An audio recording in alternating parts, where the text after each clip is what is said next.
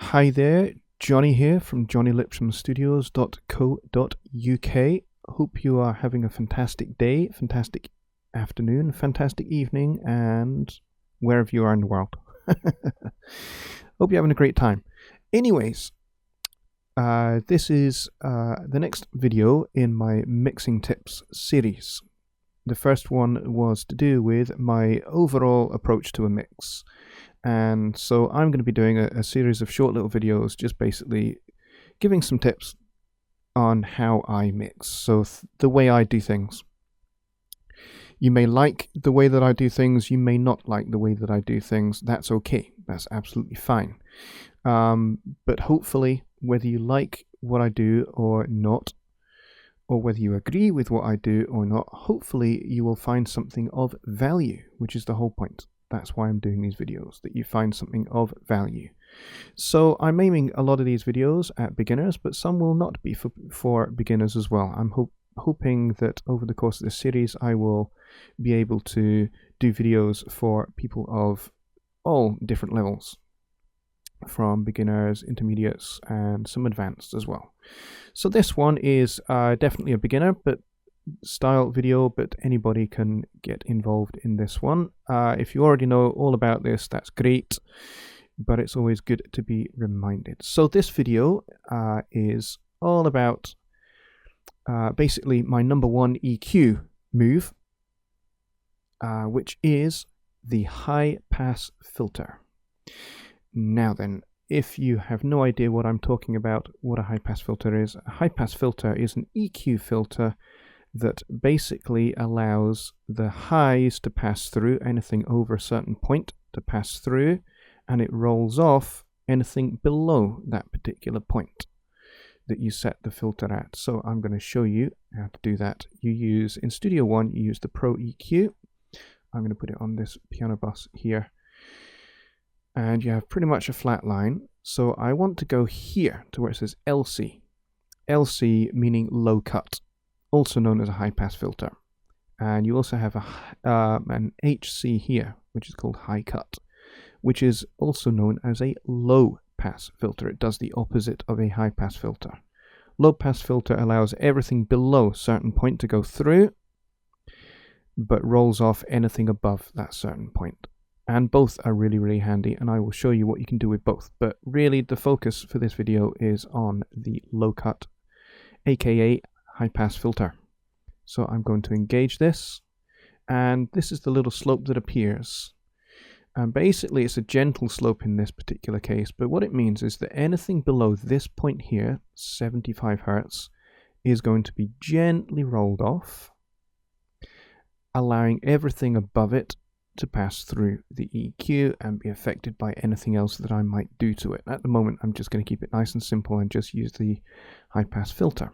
So I have a little piano piece here, which I am composing, in fact, have composed, I've sketched out anyway, for a sequence for a short film, for a student film. So I enjoy doing those whenever they come up.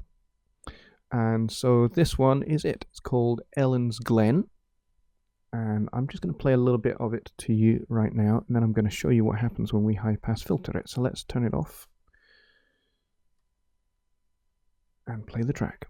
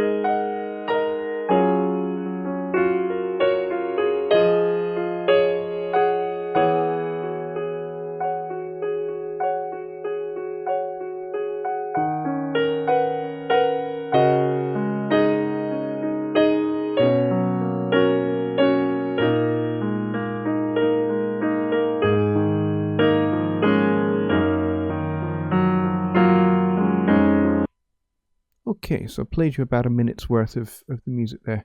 Now, the piece starts quite high up on the piano and gradually works its way down the piano. So let's just take another listen at this very beginning bit and take a look at the EQ graph here. And you can see that there is some low-end activity going on even when the piano is playing quite high up. So take a listen again. And I'll just jump into the start there.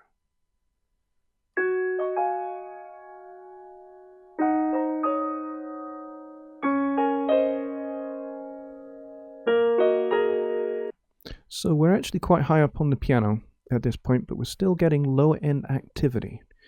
Generally speaking, we don't really want that. That just takes up headroom. It takes up audio space and file space and processing that we don't need. So this is where the high-pass filter comes in handy. So let's just engage that. I've got it set at 75. I'm just going to play a little bit more of the track, and I'm going to gradually roll this up, and you'll hear what it does.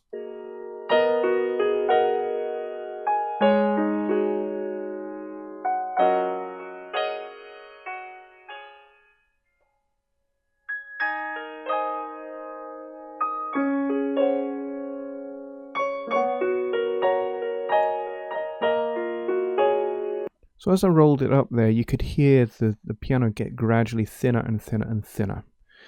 So what I tend to do when I'm using this to find the exact spot for the particular track I'm dealing with is I tend to roll it and roll it and roll it until I hear that the instrument becomes far too thin, and then I peg it back a bit, because that's usually the crossing point. So let's find that crossing point for this piano piece. Just going to keep the track playing.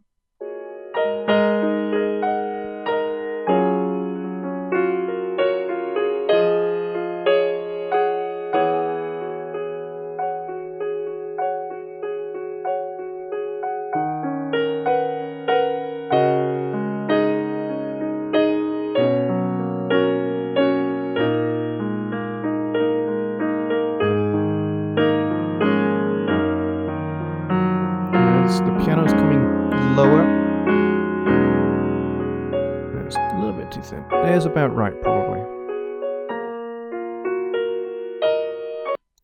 Yeah, round about there is right, because when I had it quite high up at about 100 Hertz, as the music moved further down the piano, that got too thin, so that's why I was rolling it back until I found that spot. So what I would normally do is I'd jump into the audio where, in this particular case, it's a piano solo track. So I find where the fullest part of the audio is. In this case, it's round about here, round about bar 25.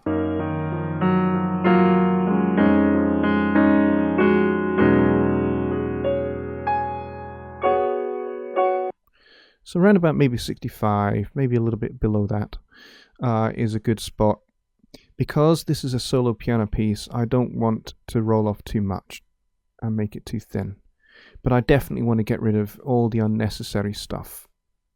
So it could be anywhere between 35 and 60. I wouldn't want to go too much over 60, so I'm going to set it around about 45 at the moment.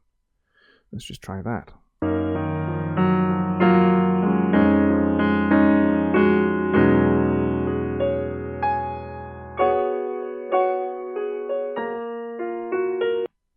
So that's what the high-pass filter does. It rolls off any low-end rumble that you don't need in your track. In this case, it's a piano track, but it could be a vocal, or it could be a hi-hat, or it could be any instrument, really, where you'd high-pass. What I tend to do in my mixes is I tend to high-pass most things, with maybe the exception of a bass guitar or a kick drum. If I'm going to high pass those, then I'll high pass them very, very low, kind of way sort of down at about 20 Hertz to get rid of the low, low, low stuff below the range of the instrument that I don't want.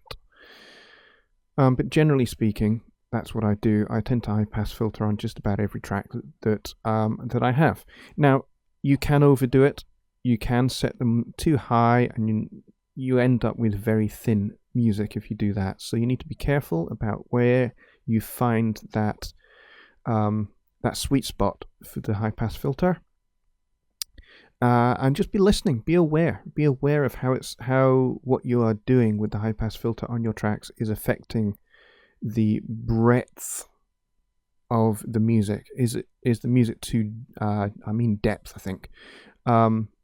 Affecting the depth of the music. Are you losing all the bottom end? Does it sound too thin? If it's sounding too thin, roll your high pass filters back until it sounds full enough, but you are also getting rid of all of the low end stuff that you don't need. Whenever you're recording, you're going to get low end that you don't need. It's just the nature of the beast. You're going to get air passing over the microphone, too much air, like maybe on a kick drum sometimes. If you've got the mic in a certain spot, you'll get lots of air blast coming past the mic. And it's those air blasts that you don't want. It's just creating low energy that isn't really there in terms of the actual beta striking the head. So those are a range of ways in which you can deal with a high-pass filter. So I hope that was helpful. Please subscribe to my YouTube channel. Please go and take a visit to my website, www.johnnylipshamstudios.co.uk. That's .co.uk. And if you like this video, if you find it helpful, then please click the like button. That really helps me out. And feel free to comment. If you've got any questions, stick them in a comment below.